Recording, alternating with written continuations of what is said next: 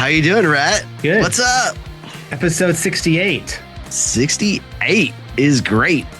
Hey, just people listening, we had some technical difficulties. We're recording somewhere different than we usually do. So, Good. you know, if something doesn't sound as good or look as good, then hopefully it's just a glitch this week. And it's not RO's fault. It's not RO's fault. That's the big thing. Just really want to clear the table. We got some special guests. You want to introduce them, Lance? Yes, as I take a good swig. So, ladies and gentlemen, today we are gathering a good group of dudes. This is a white dude one. We're not here to talk about white guy stuff, but hopefully it doesn't sound too white. For the record, Steven is actually very Mexican, so we got that. Thank you for clarifying. Yeah. Yeah. But yeah, we're excited to be have gathered today Steven Perez, my right hand man at the Restoration Therapy Center of SD. This guy's brilliant. I can't believe I get to work with him. And then we got our brother with the stash, who's got, I don't know what it is about story and weaving. This is like storyteller time, man. What is up, Rhett? How do we put this group together? We got Michael Piciucco coming at us from Phoenix, Arizona. I hope it's Phoenix, not. It's like I feel like Phoenix is like Glendale, over in Glendale. Office lives in Scottsdale. Okay, right? It's a little bit of commute. It's a kind of a commute for you. I was thinking we should have done this podcast from Applebee's. Oh yeah, that's right. We all hung out at Applebee's that one time. Oh my gosh. That would have been interesting if we had recorded that conversation. Maybe for the 200th episode, you guys do like live from Applebee's live episode. Yes. All right. We're really making it.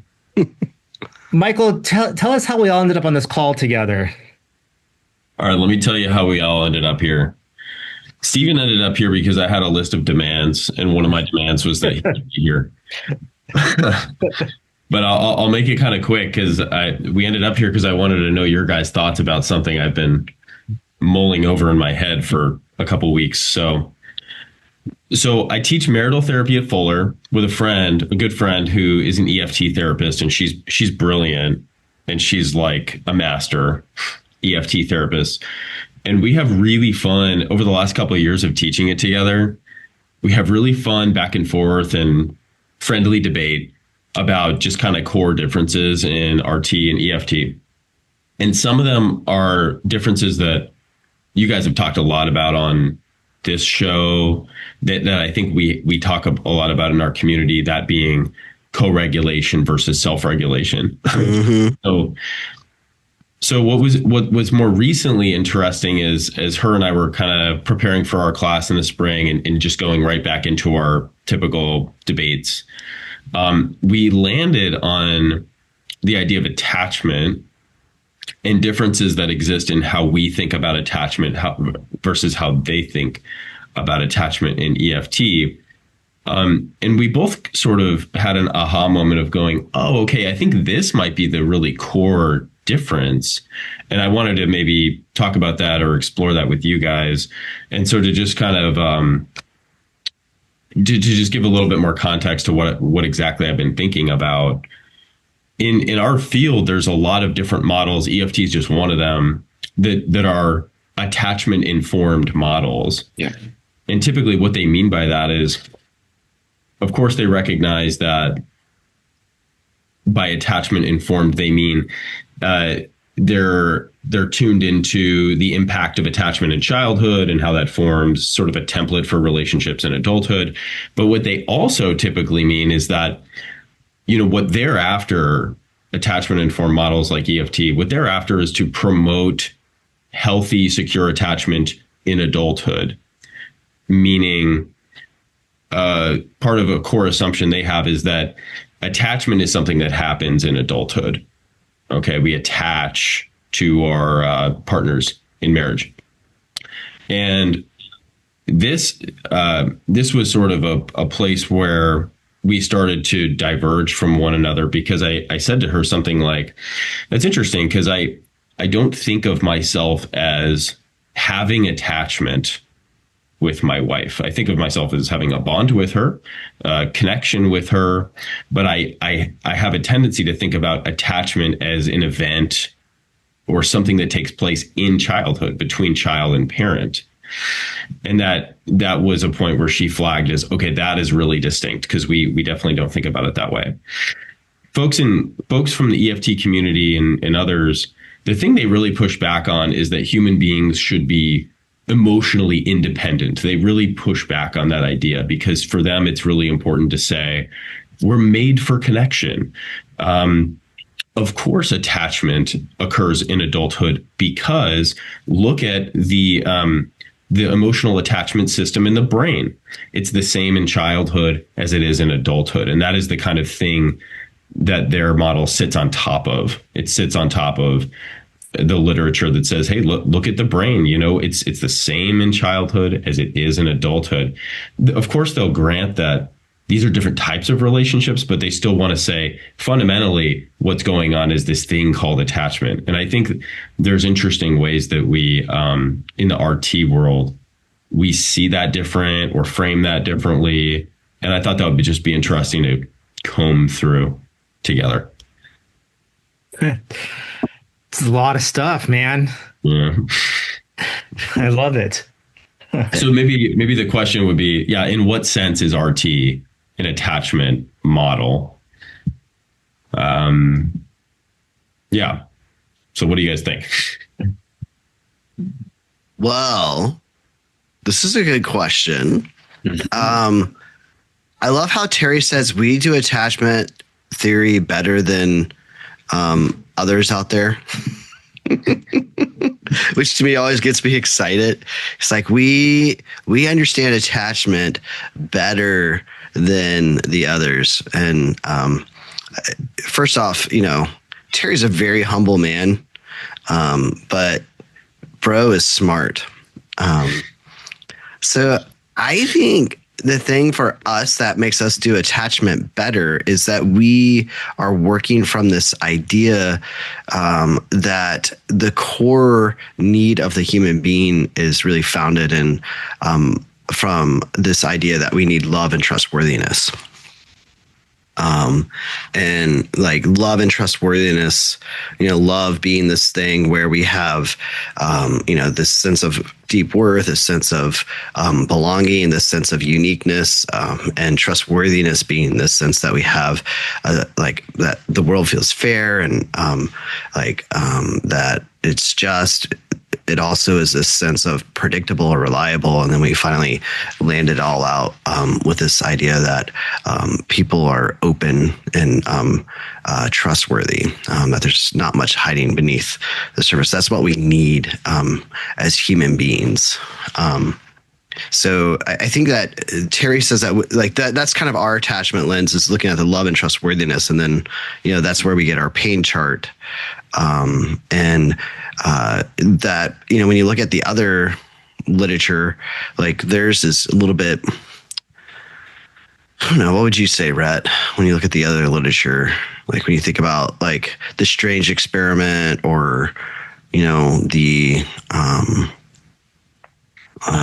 when you look at EFT, like I feel like they're kind of leaning in on the three ways, like anxious, avoidant, the anxious attachment, the avoidant attachment, and the disorganized attachment lens. Like that's kind of like their three things that they look at. But I don't know. That's kind of like the base of the theory. I think that's one thing that we look at. What you're talking about, Michael, is which I really appreciate, is how do we heal the violations of love and trustworthiness? Mm-hmm. I think that's kind of where you guys got to in your conversation. Well, no, because an EFT therapist would say something like, yeah, Lance, we agree with you. Of course, people need that. They don't stop needing it in adulthood. So they still need love and trustworthiness in adulthood, which is why a lot of therapies promote this kind of like corrective experience. in marriage, like, oh, it's supposed to be this kind of like corrective experience. And they say, yeah, we're built for love and trustworthiness. So of course we still need that in adulthood. We just, in RT, we have something like it seems like we have something very different to say about that, which feels helpful to clarify and point out. There was something else you said, but I'll let you guys jump in. It's interesting. I was sitting here thinking, with you, I never think about attachment towards my wife. When you said that out loud, like language, I don't think about that. I think about attachments as, I guess, things that happen earlier in life. And I'm not saying they stop all of a sudden, but I think about our primary attachments and our patterns being set fairly early. And I guess I'm just kind of thinking this out, but it's not that I don't want love and trustworthiness from my wife. I just don't make my wife responsible for that. She's not responsible to regulate me. She's not the primary caregiver of me. I'm no longer a child, you know. I like the language in the Mindful Marriage where Ron says, you know, we're not in this parenting relationship anymore. We're in this partnering relationship. Yeah. Therefore, in a healthy marriage, yeah, my wife and I give towards one another and promote love and trust. But at the end of the day, I am responsible to step into my truth and to I don't know, be loving and trustworthy. And even when other people can't. And I feel like where the divergence goes with other theories is there's more responsibility in the other partner to have to do those things. And I feel like RT says, no, like we are the primary people who are responsible to provide those things in our life. I don't know if that makes sense, but just kind of like talking out loud. Yeah, I think there's something almost romantic about the idea of co-regulation, right? That understanding that there's a deficit in me and out there is someone who has the ability to kind of pick up the slack where I am weak. And I think you hear this a lot in couples therapy around, well, maybe we're just not compatible. Because what I need is someone who can come in and do this. And I think our clients are almost way more informed than they ever have been. And they can go in and tell you, here are my attachment injuries. Here's where I've been wounded. And so when they do this, it takes me right back to that place. And I think one of the clear distinctions with RT, and I'm open to correction on this, is when RT is talking about attachment, they're saying that that's what was kind of done to you, right? That was already formed. Yeah. We need to create an awareness. We need to create a mindfulness that because of wounded attachment, you show up this way. And what are you going to do about it? Again, and not the most romantic phrase, but it is personal responsibility that RT is promoting, saying you will become the person responsible for the healing of your own wounding. Mm-hmm. Yeah, and I think so. I so appreciate that. That's so good. And I think what I'm realizing is, to the ears of EFT therapists and probably so many others, there's a sensitivity where they hear that, what you just said, and they go, oh, okay, so you just don't need anybody. Okay, so you just don't need, you're just fully independent. And I think that's missing it, because, right. So to be self-regulated is to be differentiated. To be self-regulated it's not really saying, oh, I don't need anybody. Yeah. It just means that actually now I can show up and have a greater sense of who's responsible for what, and I can give freely. So, yeah, I appreciate your point, Steven. That self-differentiation piece is pretty critical, and it's like hard to parse out, I think, for people, what that looks like, and I keep going back to that old book, Boundaries, when in the first opening, they talk about Galatians 6, where Paul says, come alongside and bear one another's burdens. And then a verse and a half later, he says, but everyone is responsible to carry their own load, their own stone, and I think about in marriage is, yeah, we want to show up for each other, right? But No. when we take responsibility for ourselves and emotionally self-regulate, we are able to show up in more healthy ways than ever before in a relationship, and we're able to be more free for the other person, and kind of get out of this needy scorekeeping, tit for tat. You have to give to me, and then I'll do that, and you know what I'm saying. And then, but it is really challenging. But do you think, Michael, like when you work with your colleague here, do they look at RT and just like, that just doesn't make sense at all? Like, or do you feel like you're converting people one by one? I don't know. Well, I don't know about converting people. This is the sticking point. Whatever it is that we're sort of getting at here, this is the sticking point. So I think this is where we lose some EFT folks, or in this case, my friend who's a good friend, and she's just kind of like, look, this sounds too, hey, to her it sounds too, I don't need anybody. Mm-hmm. And so I guess that's where I don't know how I don't know how it sounds to other people. I know for my students and my supervisees, like over time, they really start to get it as they work in the model. They start to see it more.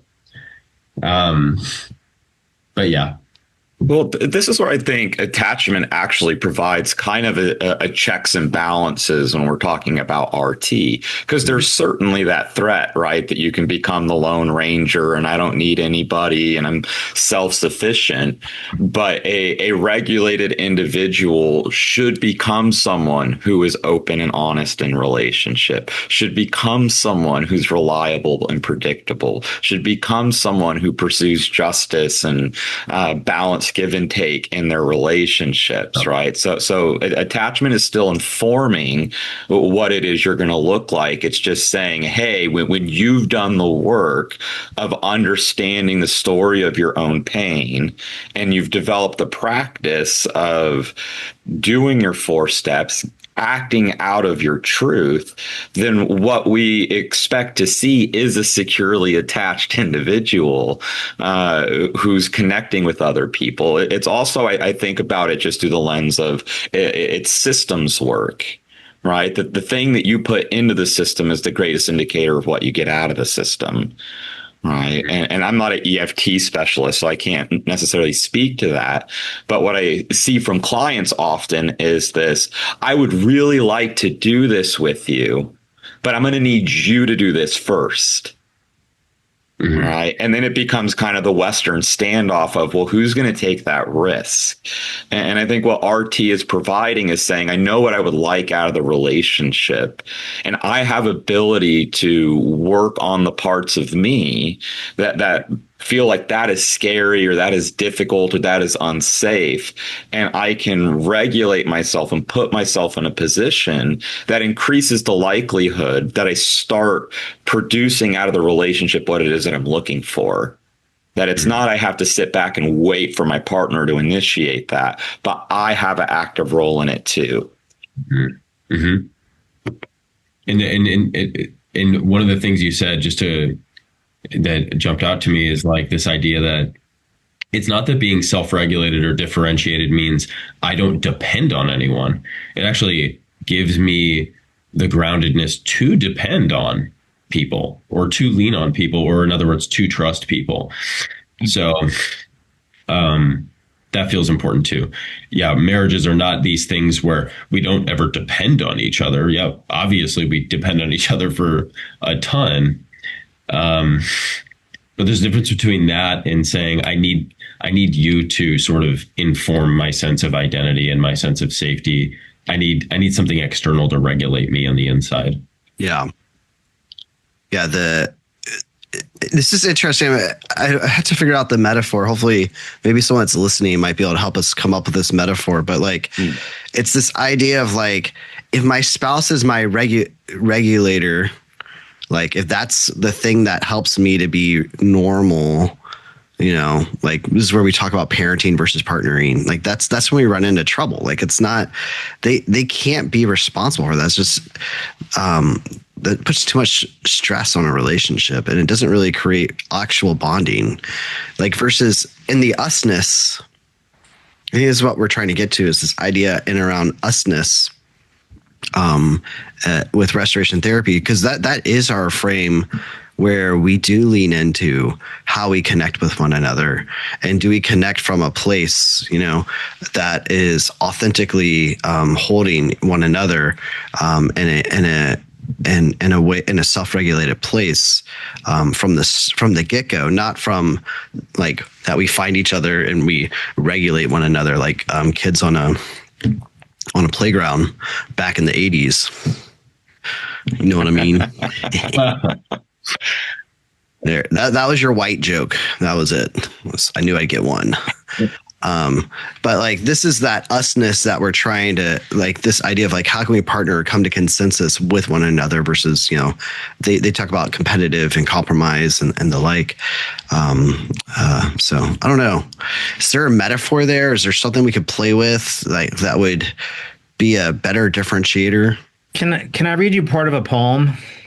Oh, yes. Please do. I don't know if you guys have ever read the Lebanese poet Kahlil Gibran. In his book, The Prophet, he's got a section on marriage. And I don't know, this, to me, this always speaks of this like differentiating piece. I'm not gonna read the whole thing, I'll read a part of it, but I feel like it gets at part of it. But he says, yeah, and I'm skipping down to some of it. He says, you are born together, and together you shall be forevermore. You shall be together when the white wings of death scatter your days. You shall be together even in the silent memory of God. But let there be spaces in your togetherness, and let the winds of the heavens dance between you. Love one another, but make not a bond of love. Let it rather be a moving sea between the shores of your souls. Fill each other's cup, but drink not from one cup. Give one another of your bread, but eat not from the same loaf. Sing and dance together and be joyous, but let each one of you be alone, even as the strings of a lute are alone, though they quiver with the same music. Give your hearts, but not into each other's keeping, for only the hand of life can contain your hearts. And stand together, yet not too near together, for the pillars of the temple stand apart, and the oak tree and the cypress grow not in each other's shadow.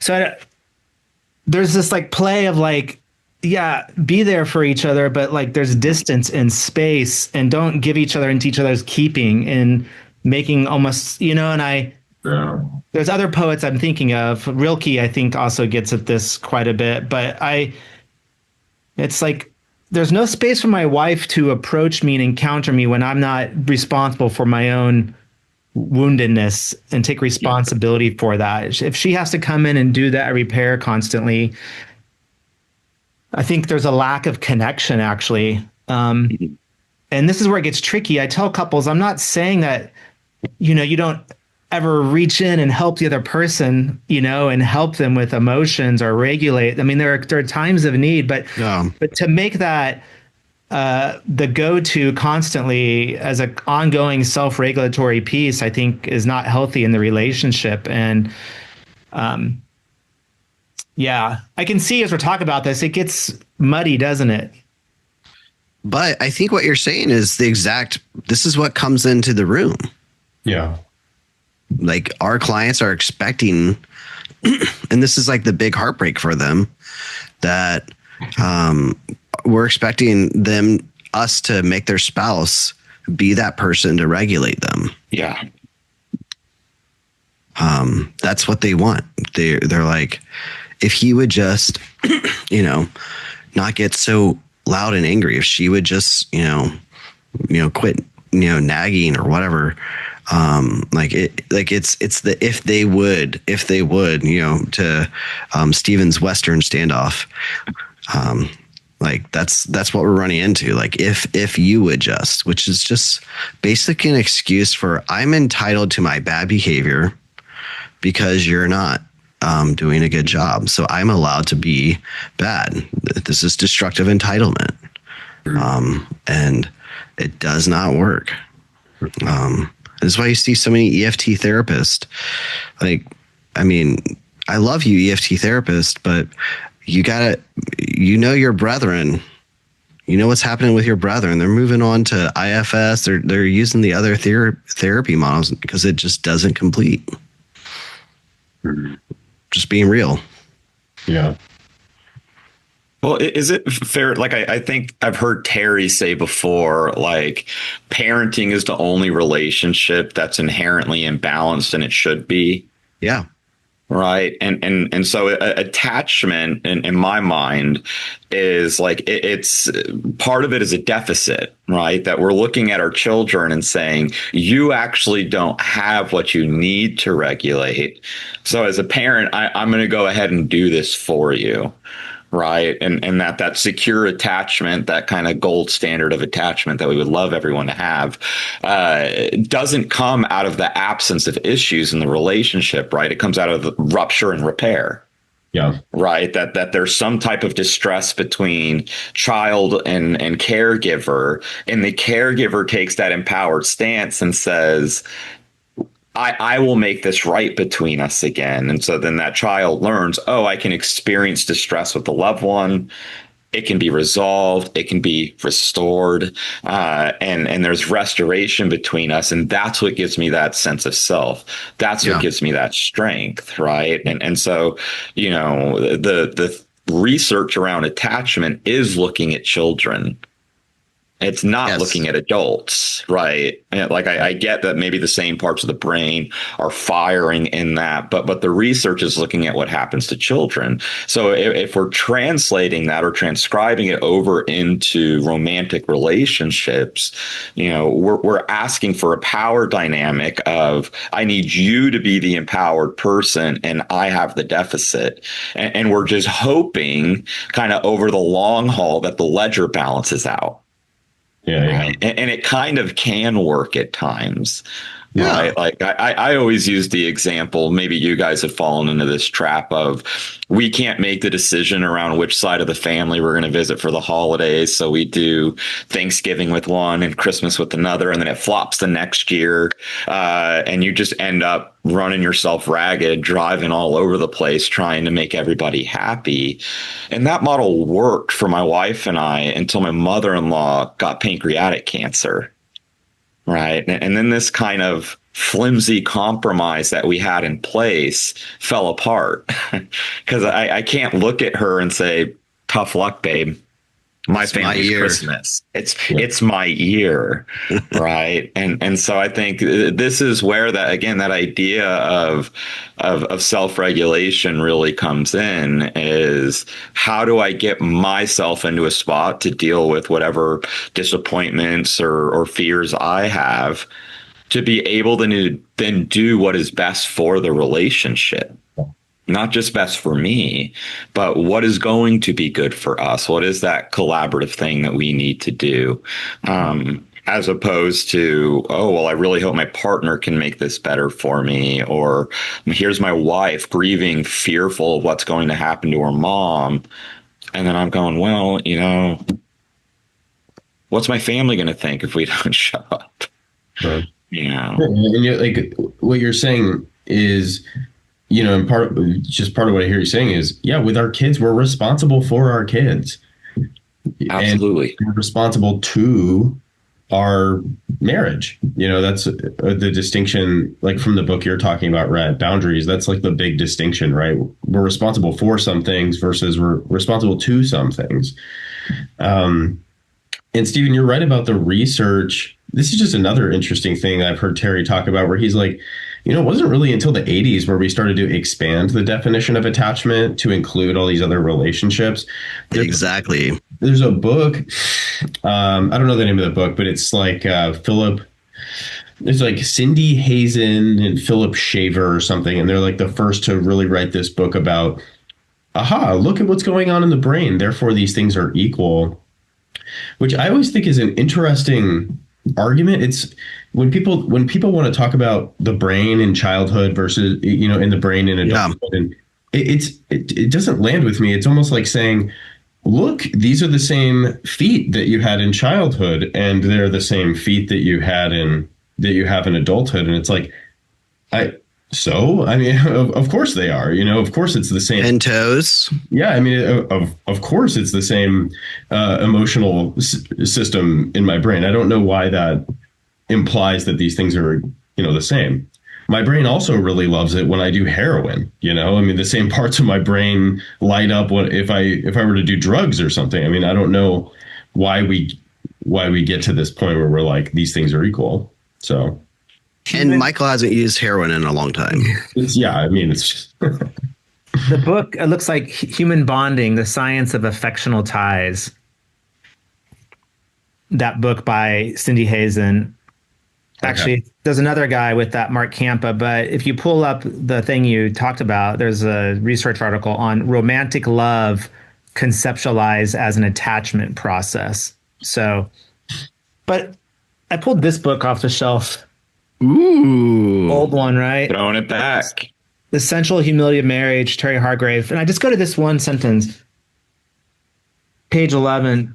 I believe that the purpose of marriage, like any relationship in life, is to help us mature and become fulfilled as individual. In short, the purpose of marriage is to grow us up.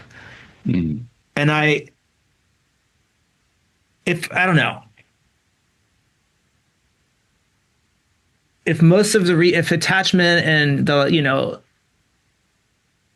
research is on kids, and the only maybe imbalance that we talk about is that parent-child dynamic we give to children what they're not incapable to do themselves, then why in adulthood are we still parenting? You know what I'm saying? Mm-hmm.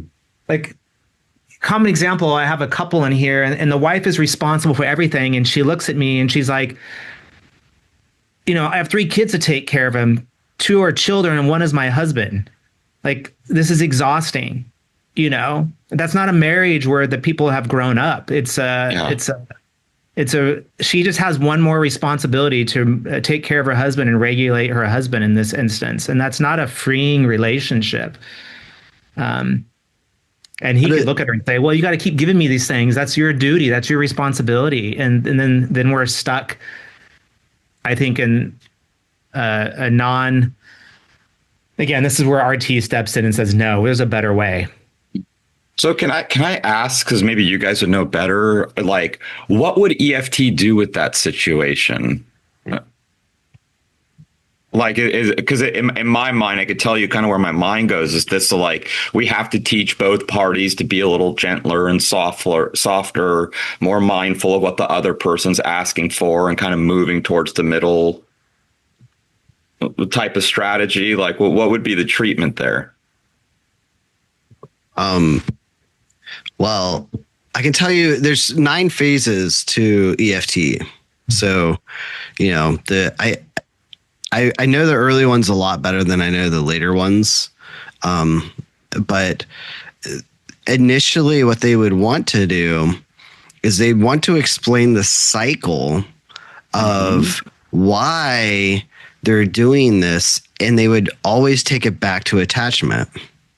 Like, when would this happen to you? Where you felt like you had to take control of things. So they would talk with them. Now they end up they would probably work with the husband first in this instance, because they want to engage the withdrawer first. Okay. So they would say, oh, so tell me what it's like for you to be in this family system when you're dealing with this. Where does this take you back to? And they would take it back to their family of origin, their attachment.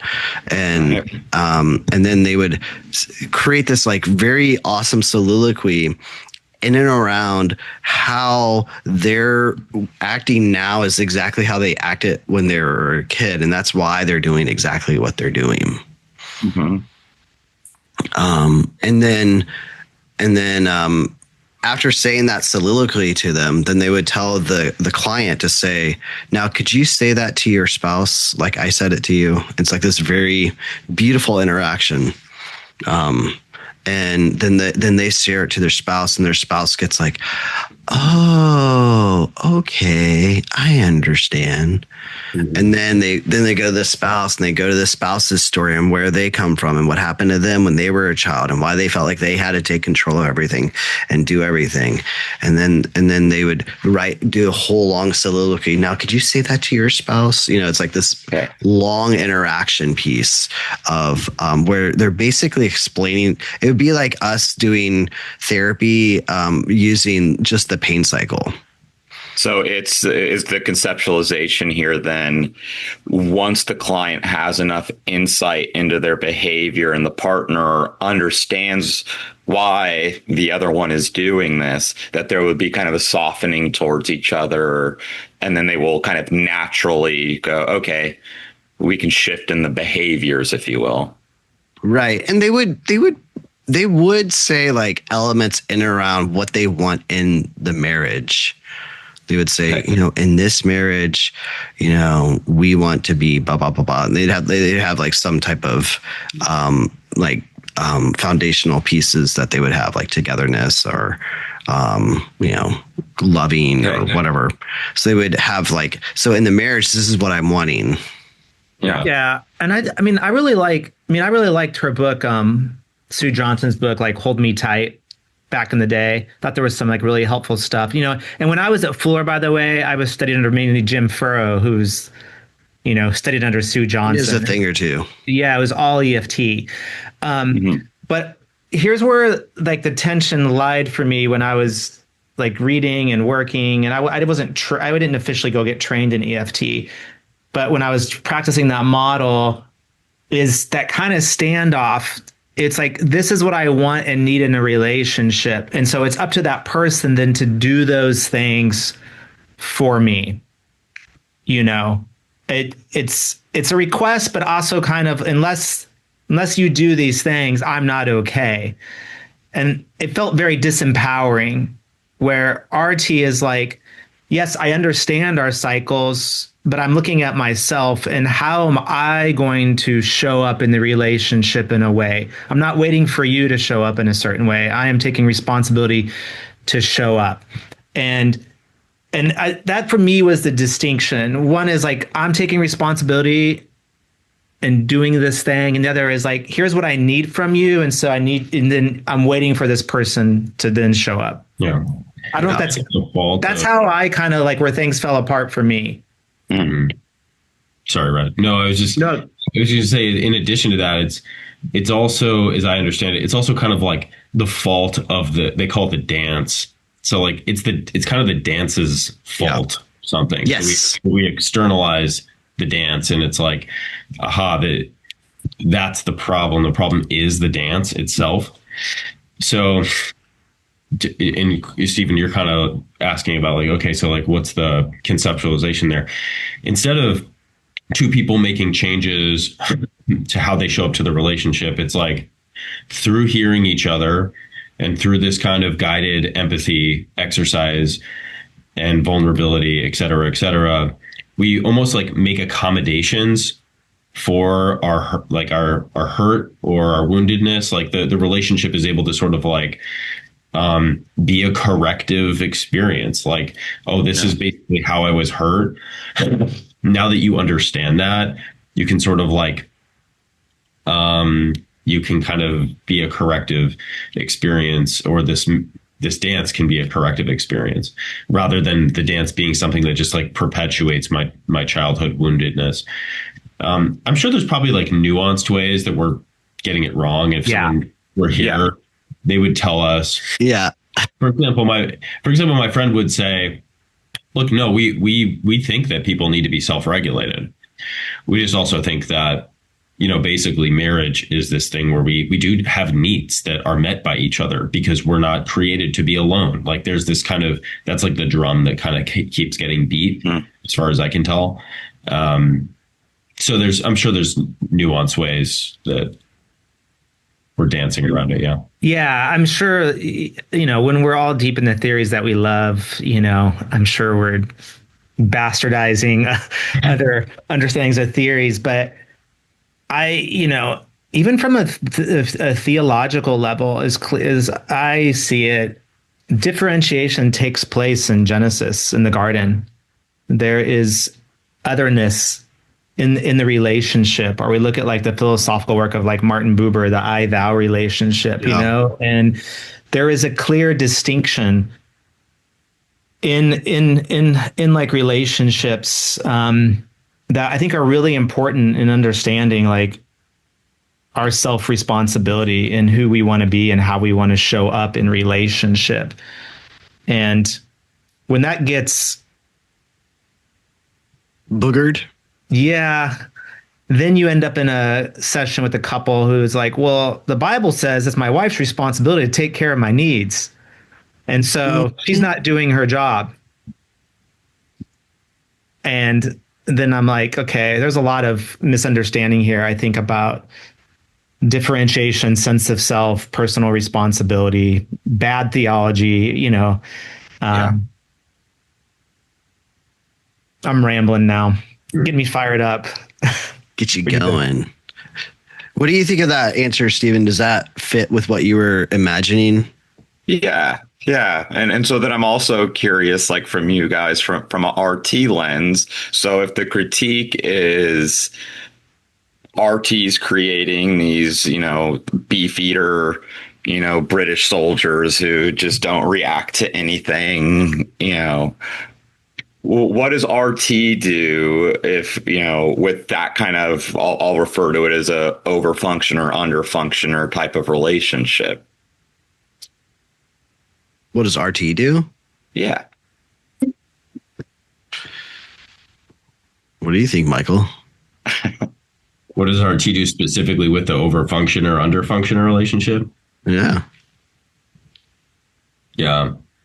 Well, I mean, we've all had a lot of couples in our offices who have overfunctioner, underfunctioner dynamics. I just think what RT does with that is to try to move our clients into an empowered place, which, like, if you're working with someone who's that overfunctioner, we would just sort of, from an RT place, conceptualize that, from an empowered place, they could kind of come down and trust their partner. That overfunctioner would just sort of come down, not in order to regulate their partner, but when they're grounded in the truth, they're inclined to trust. They're inclined to come down and go, you know what? I don't need to do everything. I'm actually just I'm going to trust you that you'll step up and move up with me and meet me here. With the underfunctioner person from an empowered place, maybe when they're grounded in their truth, they're going to kind of go, actually, yeah, I want to be more involved and more engaged, right? I don't want to avoid, et cetera, et cetera. So that's just maybe how that sounds different. So it's not two people pointing at each other and it's like, I'll come up if you come down. I mean, it is in a sense, but it's really, we're working with them at the level of learning to parent themselves so as to move where they want to move. That's how it makes sense to me. Yeah.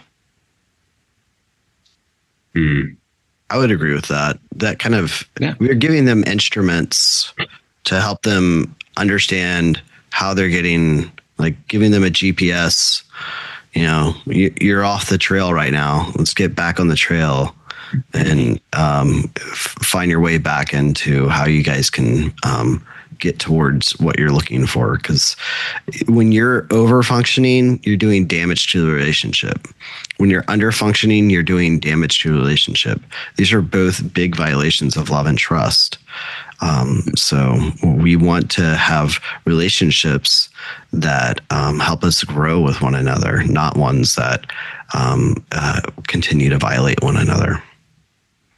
Yeah, and maybe what we're up against too, and I just want to say, like, I have a lot of awesome colleagues who practice different models and they do great work. So I just want to say, I know we're not saying, even though we all love RT and that's kind of the hill we're dying on, like, people who are listening, if they're outside of the RT world, I'm not trying to minimize people's work, but I kind of think what we're up against is, like, we're trying to shift a perspective in marriage maybe that has been preached for a long time that we see as unhealthy or inaccurate. And that's not easy to do. And it's not easy for me in this session sometimes, or in my own life. I'm like, can't you just show up for your spouse and just do what she's asking you to do, you know? And I remember this book I read years ago. I think his name is Finkel. He looks at the history of marriage from a sociological perspective in different time periods, and how originally it was based on security. You would marry for security for certain reasons, especially a female, right? Like in certain periods of time, you marry for security. And there's not really, to the mid 1800s, this even concept of romantic love that appears in the language and literature. And then he says later on, we start to see this shift in the late 1900s of, I marry someone who can best fulfill my highest needs or personal growth, you know? And I guess I share that to say marriage, even what we expect of it, I think is constantly shifting. And RT is coming in and we're trying to say, this is what we think is most helpful and most right. And I think it's just really difficult to do because everybody comes in with their own ideas of what marriage is. And if you start tinkering with that, people can get upset really easily. Do you think that's a factor in, I mean, there's probably so many variables, and I'm not trying to steer us. I'm not trying to steer us into the woods, but do you think some of what you just said contributes to why people are getting married less? Yeah. Yeah. I mean, do you feel like that's what you're seeing? I mean, the statistics seem to prove that out in certain demographics, or waiting later. And, you know, I actually like the woods, so you can steer us into the woods. I'm also concerned with everybody who comes into my session who's already an expert on attachment theories because of every Instagram post they've read, or book they've read, or TikTok they've I'm seen. this. And it's like a personality test. And nothing seems rooted actually in real research or grounding. And so it's as a therapist, it's a difficult place even to like navigate and to try to figure out, to get on the same page with the client and get some common language and understand things. So flying by the seat of my pants, I feel like sometimes. And this is where I find RT really helpful. I mean, just in this conversation that we're having, you know, I think it's interesting Lance, when you said they'd start with the withdrawer, right? Because there is kind of like, I sometimes make the bad joke that, performance is the only coping that'll get you promoted. Right. It's the most revered coping in the West. Right. We love performers. We love overfunctioners. Yeah. Right. But we don't always tie that back to there's an injury underneath that. Right. There's a wound there. Right. And so this is where I think we can get stuck sometimes as clinicians, is we end up in that weird kind of, well, I do have to get this guy to come up and match this person's intensity, this person's level. Look at what they're putting into the relationship. Look at what they're doing for the relationship. And this person isn't. Right. But what RT is saying is we don't have to come in and make sure that we're redefining marriage and that we're operating. We just need to get you to understand what you're doing from a place of pain. Right. And that when we get you into a place where you could start regulating that pain, where you have a practice of how I act out of this truth, the solutions kind of find themselves in some ways. It's the goal is to get you self-regulated, and then you will do it, which is where whenever I've tried to do things, well, let's try this week, or let's change the behaviors and get them to look like this, they always fall apart. Yeah. Right. Because it's white knuckling, and the pain underneath is still not being dealt with, and it falls apart. And again, even from that kind of theological standpoint, where you have people coming in of head of household type theology and what's my responsibility, what's their responsibility. I don't have to battle them theologically. I can just, what happens when your wife doesn't do this, or what happens when your husband doesn't lead the way you think he should be leading. And that's where I think RT, just in the room at least, is so helpful in orienting. It is. Yeah, that's such a good point, Stephen. Because what I was saying earlier, I didn't want people to think like we have to get into theological battles in the room or historical battles or anything. That what RT does really well, is ground you as a therapist in the room with clients and to help them elicit and understand that pain that you're talking about and where that's connected, and not then be confused as a therapist, by trying to figure all this other stuff out, but just focus on what you're saying. But is there? Go ahead. Oh, good. Because we got like a few minutes left here. I'm trying to think about this dynamic. 12 minutes, Lance, for you have to go practice your RT therapy. Yeah, brother. I was kind of tempted because we talked about this other thing to talk about today. And I was going to riff on Michael's like talk on like why couples aren't marrying or why people aren't marrying today. I was wondering about if we could play into that or if we should just flow with this. What do you think would be?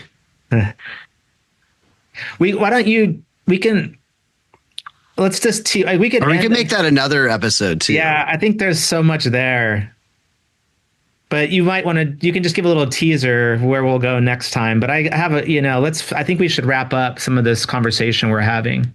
Okay. The reason I had brought that up is because Rhett was sort of talking about like the history of like why people get married and this sort of thing, and now just in a modern, there's just like obviously everyone's drowning in content about like modern marriage and modern dating. It's just like such a topic, but the reason I had brought that up is because Rhett, you're saying like people basically just have these different expectations, like Steven said earlier, we're looking for someone to complete us, or we're looking for the compatibility, et cetera. I was just wondering if we think that that's really a major element in what's slowing down marriage rates. So we're looking for the wrong thing. Yeah, I mean, I think there's lots of different contributing factors, right? When you think about people are more displaced than they ever been, it's kind of a rare thing being in San Diego to meet somebody who is born and raised in San Diego. Like we're all kind of transplants in a lot of ways. And so, yeah, we're looking for a partner to not only be a spouse, we're looking for a partner to be a best friend. We're looking for a partner to be a family unit. We're looking for a partner to replace that, maybe lineage of grandparents and aunts and uncles that might have been around us. Like what we need out of a partner feels so much greater. And it's hard to come by, right? It's hard to kind of look and say, who's this person that, will never upset me, will always be there for me, will encourage me when I need encouragement, will hold me accountable when I need accountability, but won't do that too much, who will love me despite of my faults. Like you're asking for somebody again to come in and fulfill that attachment injury. And it's a lot and it's scary. And I think our lot, like therapists have kind of played into that I think the zeitgeist around therapy is it's where I go to learn about my feelings so that I can express them to someone and then make a determination as to whether or not they make me feel better about that thing that I expressed to them. Mm-hmm. And if they do, whoa, let's bring you closer. If they don't, you don't match my energy, you're harsh on my vibes, we're not on the same level. So now I need distance. Oh my God, now I need to cut you off. Yeah, therapy, to your point, like therapy culture can kind of like, therapy culture can confirm a lot lot things. Mm-hmm. Yeah, it's oh my gosh, my brain is going insane. It's just like it's a commodifying. When therapy is this a thing we consume, mm-hmm. It's like its purpose is to make me feel good or whatever. And marriage is a thing I consume. It's like It's a commodity. It's like a thing that like exists for me in some way to make me feel good. Then therapy ends up sort of reinforcing that, Steven. Yeah. I said, oh my gosh, because it's just exhausting when you hear that list that you rattle off. It's like nobody, that's an unsurmountable expectation to have on a person, which it feels like everything's a response to another thing, right? You get the gushy stuff, and then you get now we need to talk about boundaries. And like it's like kind of like this it's this following the symptom of what we're dealing with outside there, like that we're trying to constantly adjust for. And I feel like this is what happens with people with any type of, medical disorder. Like it's like you keep on following symptoms, but like we really want to get to the source. And then once we know the source, like how do we actually heal the source? And the way in isn't always the way out, right? That's what I feel like. That's what happens with EFT. Like the way in is the way out. Like you were hurt in childhood, so now we got to heal it. In this attachment that's right in front of you. That's just not the way. There is a way out. And that way out is really, when we slow it down, it's one thing to understand how we got to where we got to, but then finding that ability to find yourself in that horrible space where it all went wrong, and to say, well, that is not the truth, and to lean into our true identities, and how to break out of the safety, or find safety in the midst. With a few minutes left, we'll just tease it for this conversation. These guys on the podcast don't know they're going to be back for here shortly. But there is something out there that can meet all my needs and affirm me constantly and tell me what I want to hear. Very deferential. And is constantly available and is getting smarter by the day. And is artificially is more, what's the word? Anthropized, morphized? I can't say it. Anthropomorphized. Yeah, thank you. Every day. And that is, we had this conversation last night, is AI. And I had sent these guys a message last night saying how I was talking to someone who said that they had stopped going to therapy. They're seeing a therapist because their AI was doing all the work for them now and stuff. And I know people like laugh sometimes. Like my son thinks I'm crazy sometimes, Michael, when I talk about this. He's like, no one's having a relationship with the AI bot. No one's doing this stuff. Yeah, they are. And I'm like, people come to office every day that talk in human terms about their AI learning machine that they talk to all day long and that affirm them. And their spouse will say, yeah, I hear them in another room talking to them all the time, or when they're upset, or, when they're mad at me, they'll go talk to them and ask questions. And so maybe eventually people are thinking, why be in a relationship that's messy if I can be in this type of relationship? Yeah. So today we tackled EFT. Next we tackle GPT. T. Did you guys ever see that movie with Joaquin Phoenix, Her? Oh yeah.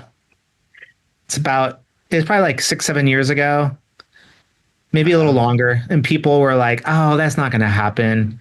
But it's essentially about a guy who has a relationship with an AI at that time, kind of AI machine.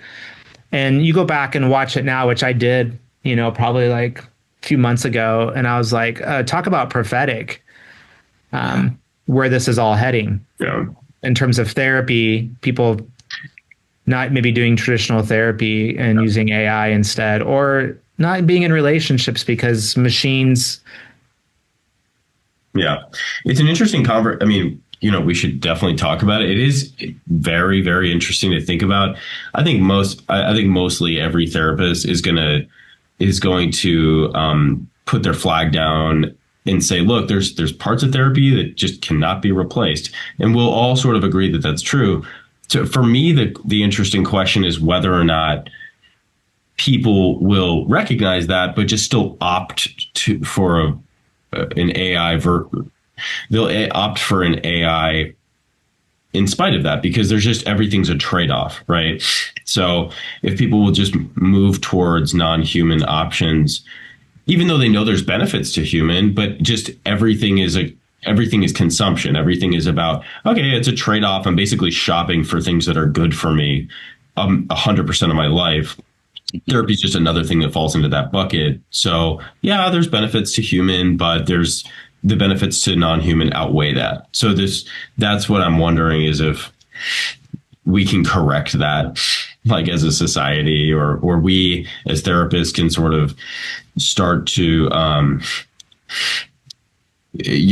better change conversations about what therapy is and what it is supposed to be. So people realize, oh, this isn't something I can actually get from an AI. Yeah. Which goes back to marriage. If I'm shopping for options, and if I can't find somebody human who can meet my needs and affirm me, why take the risk to encounter another human being? Right. Look at you, Rhett. You thread that needle like a pastor, like doing that. You like wove that thing perfectly, bro. Takes us back to marriage. Come on.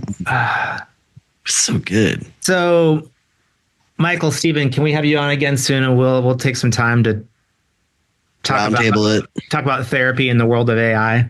Oh man, yeah, that'd be fun. Yeah. Yes. It'd be fun. Do you think we solved any problems today? I think we probably got brains going. Yeah. This is a dialogue. It's a dialogue indeed. And I'm glad to have friends like you that I can dialogue and think this stuff through. And Michael, thanks for putting this out there. And thanks for putting on your list of demands that Steven Perez was going to join us. Because we just had 3 white guys. Like, we have our Latino representation now. I'm Italian. Italians were not white until 1922. So I don't know if that helps our case at all. True. So True. We have a diverse group of guys here. We do indeed. We need to embrace our diversity more. Sorry, my bad. All right, I'm in this podcast where we skid off the rails too much. You guys have a good day. It's good seeing all of you. Thanks, Sam. Appreciate you. Episode 68. Take care. Ooh. Later.